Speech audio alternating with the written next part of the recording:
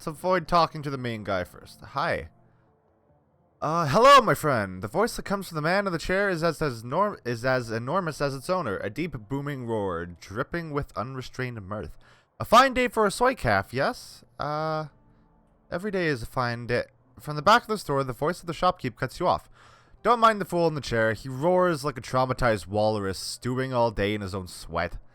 The man behind the bar glares at Goldschmidt, his upper lip curled in disgust. I tolerate him only because he takes his soy calf by the bucket. Goldschmidt responds with a raucous belly laugh. Apparently, he finds the shopkeeper's insults to be hilarious. Altug, mein Freunden, I cannot speak German. You are as quick-witted and sharp-tongued as ever. I bow to you. If you wouldn't mind... once again, the shopkeep cuts in. To bow to me, you would first have to vacate your chair. The shopkeep claps his hands together, clasping them in front of his seat. I shall summon a team of determined young men and an ox to assist with the task. With luck, you will be on your feet by nightfall. Goldschmidt smiles up at you, his small eyes glittering. Enough of this senseless bickering. You have approached me for a reason, yes? Tell me, what can Jan Goldschmidt do for you? Why do you put up with this insults? Don't you have any pride? I put up with them because they amuse me. The fact that they amuse me infuriates my dear friend Altug, who in turn hurls more insults. Goldschmidt raises his soy calf cup in salute, and thus the cycle continues. It is 2 years now that I've been your customer, yes, Altug? 2 years of soy calf and strained patience, yes. And I remain happy, and Altug makes money. An ideal business relationship. That all sounds perfectly healthy. Take care, Jen. Goldschmidt gives you a deep nod, his jowls quivering. Until next time, my friend. Alright, let's talk to the... I'd like a soy calf. The man behind the counter looks right past you, and at the dog following close behind. Dante, I will fetch his water dish, and perhaps a coffee for our friend here? Soy calf, black. The Turk looks disgusted. Very well, a soy calf. He tisks to himself. Oh, does he want me to have, like, an actual coffee? Oh. Coffee? As in real coffee, not soy calf? Yes, for individuals of refined taste, I offer genuine bean coffee from my native Turkey. Oh. The cafe owner looks you in the eye. The tone of his voice grows low and serious. This is a top-shelf item, my friend, and not for the general public. Only for those few discerning connoisseurs who can properly appreciate it. I think I'm the sort who can appreciate it. Tell me about the Turkish coffee. It is handpicked by my family in Turkey, a true delicacy of the Sixth World. This was considered a luxury even before the Awakening. I'm going to put an annotation for the Awakening, because that's an important bit of lore.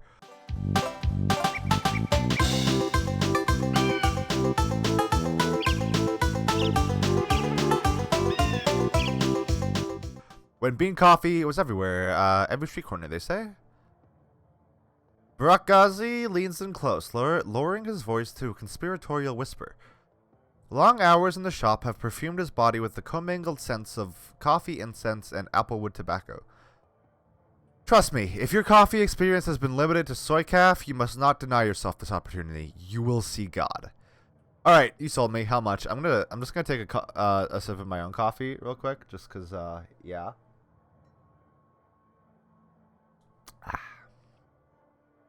This is a specialty item delivered at some cost. I cannot part with it for less than 50 Nuyana cap. Sure. Very good. Burak Ghazi hands you a ceramic travel cup, which he then fills to the brim with dark, steaming liquid. The scent is intoxicating. Is there anything more that I can get you? Paul Amsel sends his regards. When he hears Amsel's name, the Turk's voice lowers and his accent becomes less exaggerated. His eyes take on a knowing look. Ah, very good. Please express to Her Amsel my appreciation for his patronage. If he needs any more catering jobs seen to in the future, I am always happy to provide. He tells me you're developing a menu for a friend of his now, Her Winters, I believe. I want to hear all about it. Let's do that one. The coffee shop owner offers you a smile. Of course, Her Amsel is too kind. Burak Ghazi turns his head and calls into the back room. Kami, come. A young woman bustles in from the back room. Her gum chewing is loud enough to hear over the noise of the coffee grinders. Burak Ghazi spits something out in rapid-fire Turkish. Ah, she's cute. As you wish, uncle. I will see to it right away. Kami offers you a shy grin, snaps her gum, and hurries back into the room that she came from. My girl Kami is arranging to make contact with the chef as we speak. This will likely take some time. My chef is a busy man. While we wait, I wonder if you'd be so kind as to run a small errand for me. A trifle, really. Hate to trouble you. I am embarrassed to even ask, but I would be most appreciative of your help. Of course, Herbert Gazi. It is no trouble at all. Altug's voice lowers to nearly a whisper. The errand is simple, hardly worthy of you. I have installed a number of data taps to Berlin's fiber optic network, as part of my civic duty, you see. These taps provide free matrix access for all who live in the Cruise Bazaar. In order to maintain their, how do I say it, their anonymity, each tap's protocol buffer must be reset every few days. I simply wish for you to visit each data tap and reset it. Simple enough. Yes, it is a simple job, time-consuming and a bit tedious perhaps, but simple. Just reset the taps and come back when you are finished. There should be 3 of them scattered around this neighborhood. The first one is just outside. Look for a metal box with yellow arrows painted at the top. By the time of your return, I should have the information her Amsel requested. Cool. Tedious task. I love it. Yellow box with arrows. I mean, that... Yeah. Is that... Oh, yeah. A metal box with arrows. Okay. Did I talk to this guy? I don't think I talked to this guy. Hello, David. Who are you? A pair of round eyes peer up at you from under the hood of a grime-smeared winter coat. You recognize him as David, one of the Cruise Bazaar street kids. If you had to guess, you'd place him in his mid-teens, though it's difficult to tell beneath the grime and acne marring his face. You've seen him following Monica around between runs, chasing her heels like a lost puppy. She always seemed to have a soft spot for the kid. Oh, hoy, Meowlissa. Have you seen Monica around? I've been looking all over her for her. I'm afraid I have some bad news for you, kid. The kid blinks, a blank expression on his face. She's dead, isn't she? It was quick. She went peacefully. That's the most that any of us can hope for. Yeah. Look, I think I want to be alone right now. That's fair. Sorry to have to break the news to you, kid. That's rough. Why do I feel like I'm gonna meet some level of resistance in resetting these data taps? Is it possibly because I am playing a video game? Oh wait, maybe this is just a little quest thing to send me in the direction of the phone booth in case I didn't come over here already. Let's see if there's one over here. Timmy is drug boy. I guess I could talk to him, but yeah. Okay, it's all the... Wait. A bizarre monument towers before you. At the top of the pedestal, the form of an angel stands. Its outstretched wings looming over the small park, but the material is strange and uneven, giving the statue a cold, Frankenstein-esque appearance. It appears that the artist has welded this monument together from various metal scraps and pieces of junk. As you approach, a small, grimy monitor at the base of the statue flickers dimly to life. What the fuck? The grainy face of a smug young orc appears on screen. Hello there, I'm Herbert Kunzel, the creator of this monument. What would you like to know? This is my tribute to victory, the victory of anarchy. It is both a citation and parody of the statue we destroyed some 20 years ago. You may remember it from the history trids as Sigasol, or Goldels? Installation history. Isn't it obvious? The Sigasol, a monument to the hubris of the Prussian state, gets blown to bits. So someone takes a lot of bits and builds a monument to the hubris of anarchy. I mean, what more is there to say about the artist? I am the visionary Herbert Kunzel from the Lindwormer. I don't know what that is. You might know me from... Okay, well, there isn't much I'm known for yet. But I intend to change that. All art is born from misery, after all. Huh. Interesting. Okie doke. And let's look for another one of those things. I might have missed one if I'm being fully honest. If I didn't already pass by one, then got that one. How about in the middle over here? I should just run around holding Alt so I don't miss it. What about over here?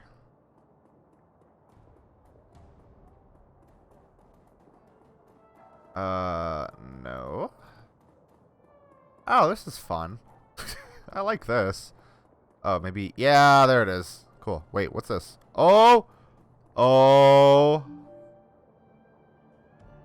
As you are resetting the data tab, you notice that someone has duct taped a small homemade receiver to the system. An earplug dangles from the receiver. Put the earplug in your ear.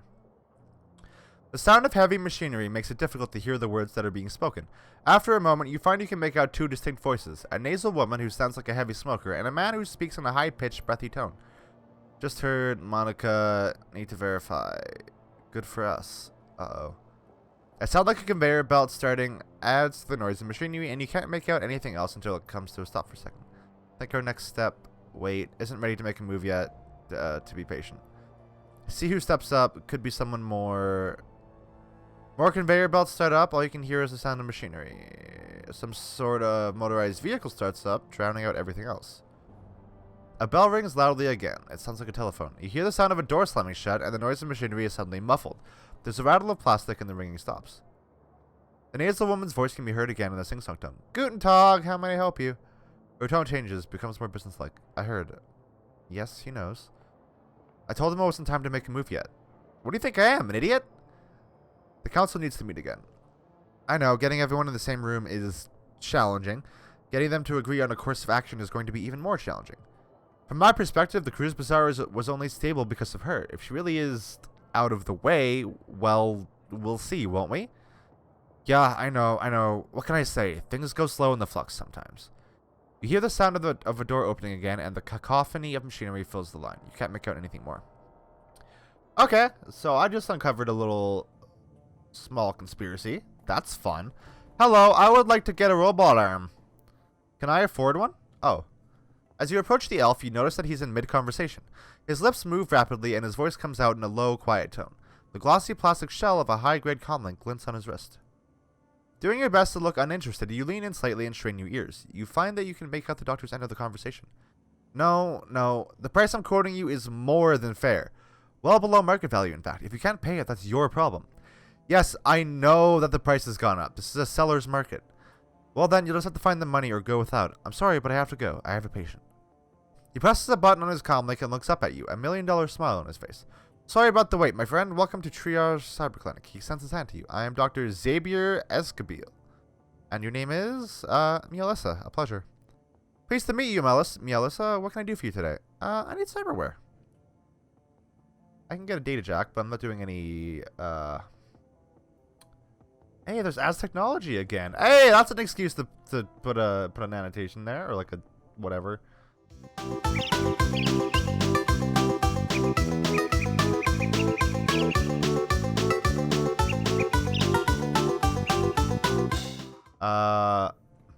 That's good. I'll put that there.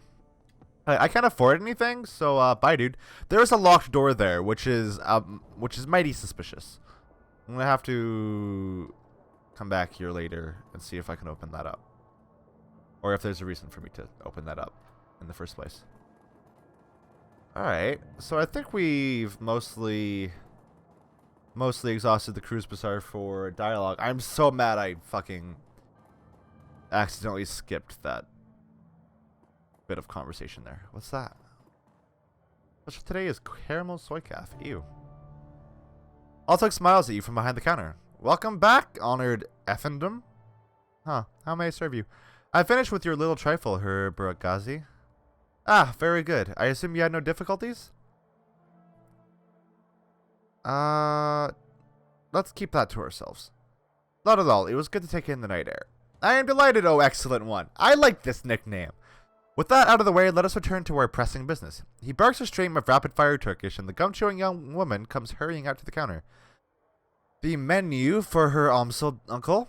Kami hands you a folded piece of paper. Inside is a memory stick. Please extend my consolations to him. The death of Fraulein Schaefer must have hit him hard. Burak Ghazi gives Kami a small nod, and she hurries out of the room. When she is gone, he returns his attention to you. Please express my condolences as well. I only just heard the news. Monica was an important part of this community. He frowns.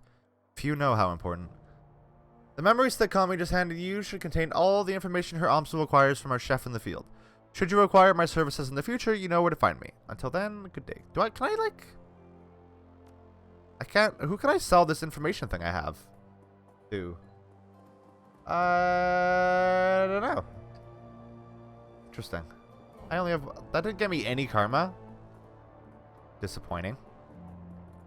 Maybe Amsel buys it?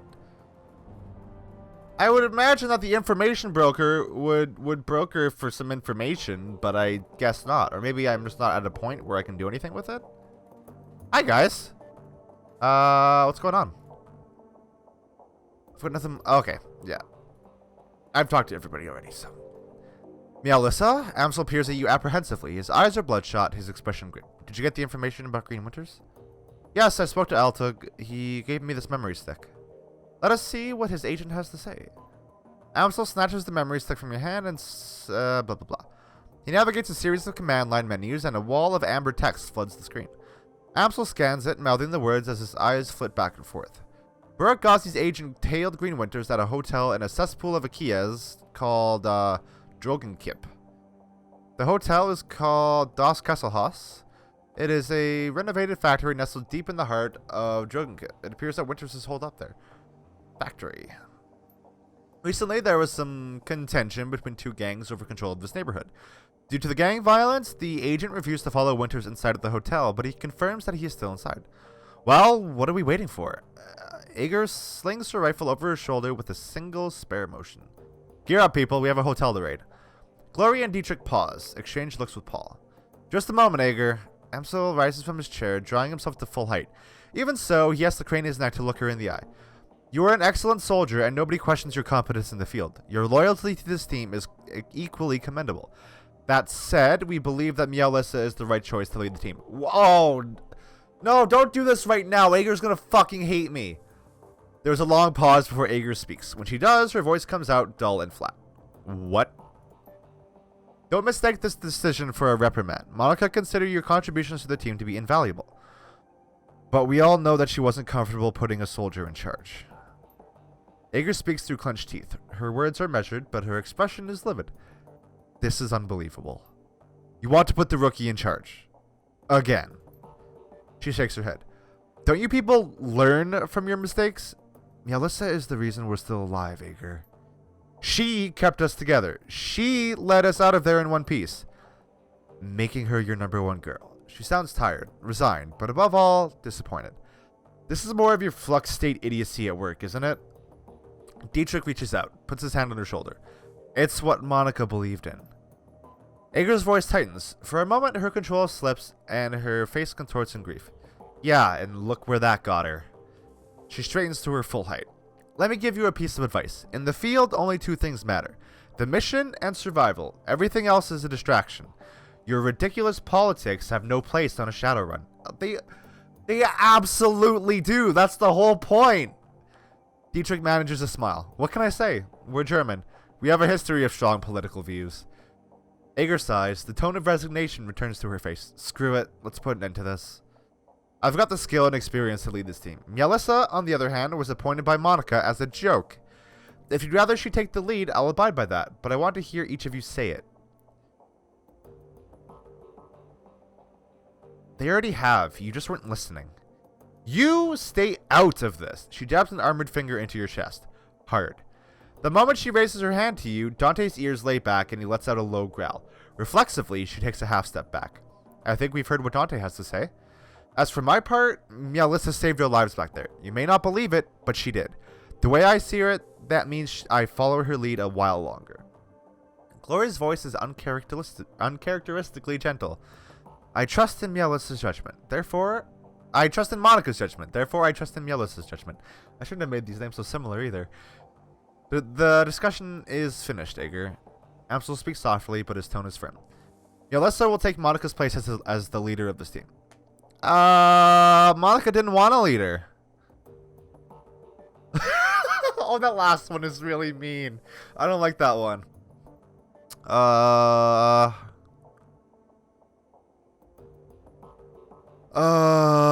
Monica's death deserves vengeance, and I intend to see it done. He nods. There's a dangerous glimmer in his eye. Understatement of the year, Meowlissa. Someone's gonna pay, and pay hard. Glory nods in agreement. Ager looks from Dietrich to Glory to Amsel, finally down at Dante. Then she sighs. Alright, fine. She shakes her head in exasperation. Her voice is heavy with defeat. Looks like the rookie's in charge. Again. We can talk about this more later, Ager. For now, we have more important things to deal with.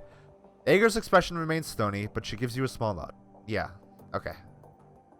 I have transferred the information that we received from from Altug to the computer terminal in the next room.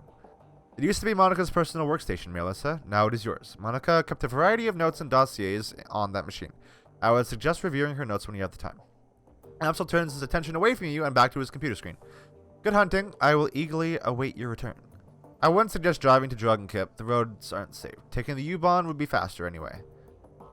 Thanks for the tip, Ager. The U-Bahn it is. Ager nods and turns to check her equipment. The rest of the group disperses in turn.